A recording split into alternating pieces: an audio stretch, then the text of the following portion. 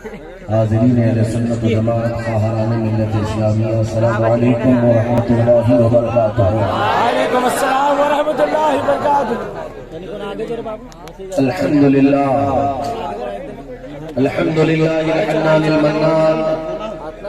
الذي خلق الانسان وعلمه البيان، والصلاة والسلام على رسوله سيد الانس والجان وعلى آله وأصحابه ذوي الخير والإحسان، أما بعد فأعوذ بالله من الشيطان الرجيم، بسم الله الرحمن الرحيم، قل إن كنتم تحبون الله فاتبعوني يحببكم الله ويغفر لكم ذنوبكم والله غفور رحيم، صدق الله مولانا العظيم، وبلغنا رسوله النبي الأمين المتين المختار الكريم، ونحن على ذلك من الشاهدين والشاكرين والحمد لله رب العالمين۔ بارگاہ رسالت و آپ صلی اللہ علیہ وسلم نے درود پاک کا ہدیہ پیش کریں۔ اللهم صل على سيدنا ومولانا محمد معدن الجود والكرم وآلہ وآصحابہ الکرام وابنہ الکریم وبارک وسلم صلاة دائمة سرمدا ابدا۔ عزیزان گرامی وقار وحاضرین اجلاس، رات کی اس تاریکی میں اتنے بڑے مجمع کی یہ گرمی بتا رہی ہے کہ زمین پر سے عاشقان رسول فوت نہیں ہوئے، چاہے وہ ہندوستان کی سرزمین ہو کہ افریقہ و امریکہ یا پاکستان، لیکن ایک بات مشترک ہے کہ ہمارے مرجھائے ہوئے دلوں کو اگر کوئی چیز زندہ کرتی ہے تو گنبد خضرا کا تذکرہ ہے۔ نبی رحمت صلی اللہ تعالی علیہ وسلم کا تذکرہ ہمارے دلوں کو گرما دیتا ہے اور ایمان میں اضافہ کرتا ہے۔ میرے عزیزوں، ممبر پر، سٹیج پر ہو سکتا ہے بہت ساری شاعریاں جو شاعران اسلام یا مداحان رسول گنگناتے ہیں، کبھی کبھار لغو اور لہو ان کی زبانوں سے آ جاتا ہے، لیکن ابھی مجھ سے پیشتر جس نعت رسول کو اور مداح رسول کو آپ نے سنا، ان کے ایک کلام میں ایک ایک شعر سچائی پر مبنی تھا۔ میرے عزیزوں، یہ بات ہمارا ہر بچہ کہے گا، ہمارا ہر بچہ کہے گا اسلام تھا، اسلام ہے اور اسلام رہے گا۔ میرے عزیزوں، یہ تمہاری دینی محبت ہے اور اپنے اسلام سے بالہانہ عقیدت ہے۔ اب اس کے بعد یہ بھی سمجھ میں آ جاتا ہے کہ کوئی گوفے میں بیٹھا ہوا ایک لومڑا یا ایک لومڑی اگر پکار کر کہے کہ ہم کیول اسلام کے وناش میں اپنی زندگی گزاریں گے، اسلام کو روئے زمین سے ختم کرنا ہمارا مقصد ہے۔ کچھ آوازیں آپ نے سوشل میڈیا میں اس طرح کی سنی ہوں گی، ان گیدڑوں کو سن سن کر کے کوئی مایوس نہیں ہوتا۔ الحمدللہ ہمارا کوئی بچہ مایوس نہیں ہوتا، اس لیے کہ ہمارے ہر بچے کو معلوم ہے کہ یہ اپنی کھجلی نہیں مٹا سکتا، اسلام کیا مٹا سکتا۔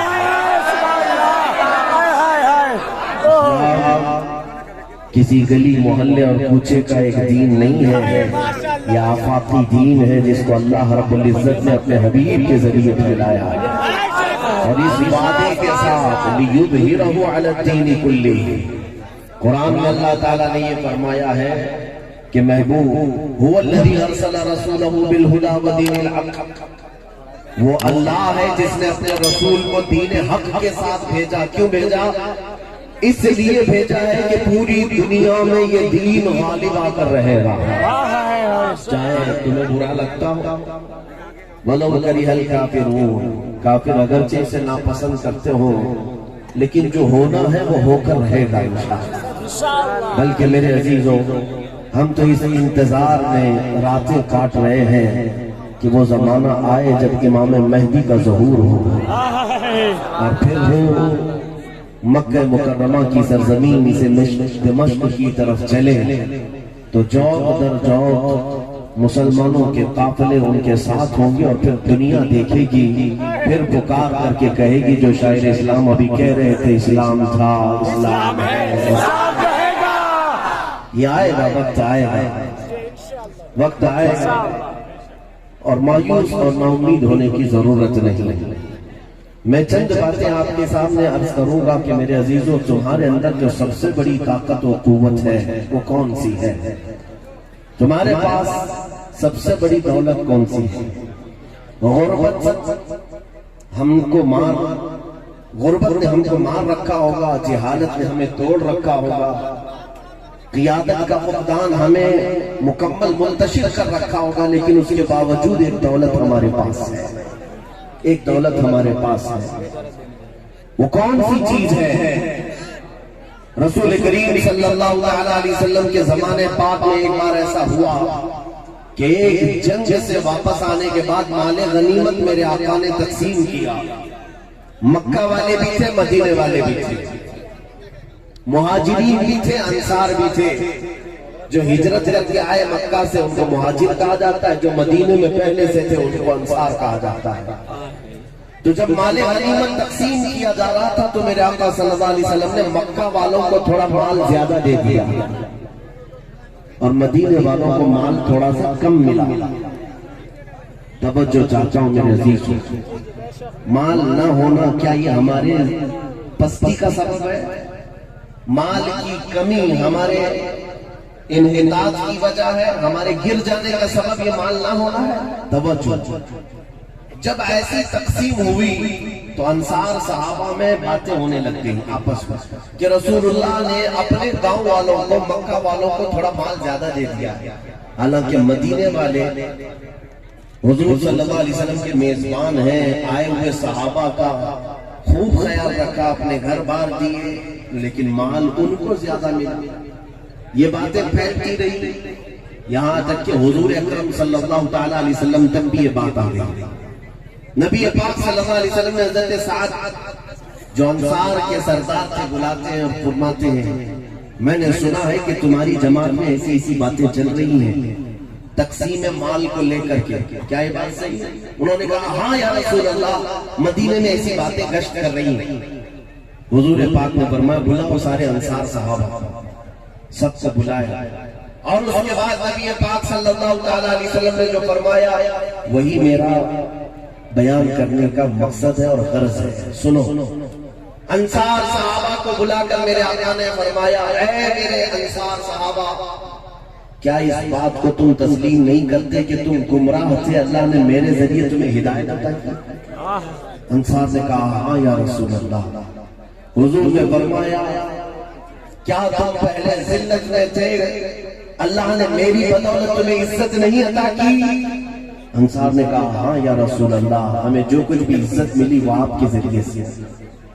نبی پاک صلی اللہ علیہ وسلم نے یہ سوالات کرنے کے بعد جو آخری جملہ ارشاد فرمایا وہ کیا ہے؟ فرماتے ہیں وہی چیز آج ہمارے پاس ہے، وہی چیز ہمارے پاس ہے آج۔ حضور نے فرمایا اے انصار، مکہ والوں کو میں نے مال تھوڑا زیادہ دے دیا اس لیے کہ وہ نئے لوگ ہیں، مدینے طیبہ میں ابھی ان کے پورے گھر نہیں بنے، میں نے ان کو مال تھوڑا سا زیادہ دے دیا، لیکن کیا تم اس بات سے راضی ہو؟ توجہ، حضور پاک فرماتے کیا تم اس بات سے راضی ہو کہ وہ لوگ مال لے جائیں اور تم اللہ کا رسول لے جاؤ؟ انصار صحابہ کہتے ہیں پھر ہماری آنکھوں سے خوشی کے اتنے آنسو بہے کہ ہماری داڑیاں بھیگ گئی کہ پھر اب پوری دنیا چلی جائے اللہ کا رسول ہمارے پاس۔ میرے عزیزوں، میں یہی کہنا چاہتا ہوں، آج دنیا میں تانا مارتی ہے کہ یہ مسلمان بچھڑے ہوئے لوگ ہیں اور بکھرے ہوئے لوگ ہیں، ان کے پاس کوئی چیز نہیں رہ گئی، مال و دولت، سیاست، قوت، تجارت، قیادت کچھ نہیں رہ گیا، پھر بھی میں سینہ چوڑا کر کے کہتا ہوں ساری دنیا تم لے لو، لیکن یقین ہے ہمارے پاس آج بھی گنبد خضرا موجود ہے، گنبد خضرا کی محبت موجود ہے۔ آؤ ہمارے غریب سے غریب علاقے میں بھی آؤ، غریب سے غریب علاقے میں جس گھر میں ایک روٹی ملتی ہو دوسری روٹی نہ ملتی ہو، ایسے مسلمان گھر میں بھی آ کر ایک بار اشہد ان محمد رسول اللہ کہہ کر دیکھو، وہ بچہ بھی اپنے انگوٹھے لبوں سے چھوٹ کر اپنے آنکھوں کو لگا لے۔ یہ محبت، یہ جو قلبی محبت ہے میرے آقا صلی اللہ علیہ وسلم سے، یہ سرمایہ آج بھی ہمارے پاس موجود ہے، آج بھی یہ سرمایہ ہمارے پاس موجود ہے۔ اسی لیے میں کہتا ہوں میرے عزیزوں، اعلیٰ حضرت فاضل بریلوی رضی اللہ تعالیٰ عنہ نے ہمارے سینوں سے خوف نکال کر کے ایک تعلیم دی تھی ہمیں۔ کیا فرمایا تھا جانتے؟ فرماتے امام اہل سنت فاضل بریلوی، خوف نہ رکھ رضا ذرا تو تو ہے عبد مصطفیٰ، خوف نہ رکھ رضا ذرا تو تو ہے عبد مصطفیٰ، تیرے لیے امان ہے، تیرے لیے امان ہے۔ ایک یقین تمہارے ساتھ رہے کہ اللہ کے نبی تمہارے ساتھ ہیں، اس بات کا یقین ہے یا نہیں بولو مسلمان؟ اللہ کے رسول ہمارے ساتھ ہیں، اور رسول کریم صلی اللہ تعالیٰ علیہ وسلم جس کے ہو گئے ساری خدائی اس کے طرف ہے۔ ایک صحابی حضرت سفینہ کہتے ہیں میں جنگل میں راستہ بھول گیا، اچانک ایک شیر کو دہاڑتے ہوئے دیکھا میری طرف آ رہا تھا، اور وہ جنگل میں کوئی مدد کے لیے نہیں ہے، جب وہ درندہ دہاڑتے ہوئے میرے قریب آیا، اس سفینہ صحابی نے کیا کیا؟ پتھر لے کر کے مارا، لکڑی لے کر کے مارا، کس چیز سے اپنا ڈیفنس کیا؟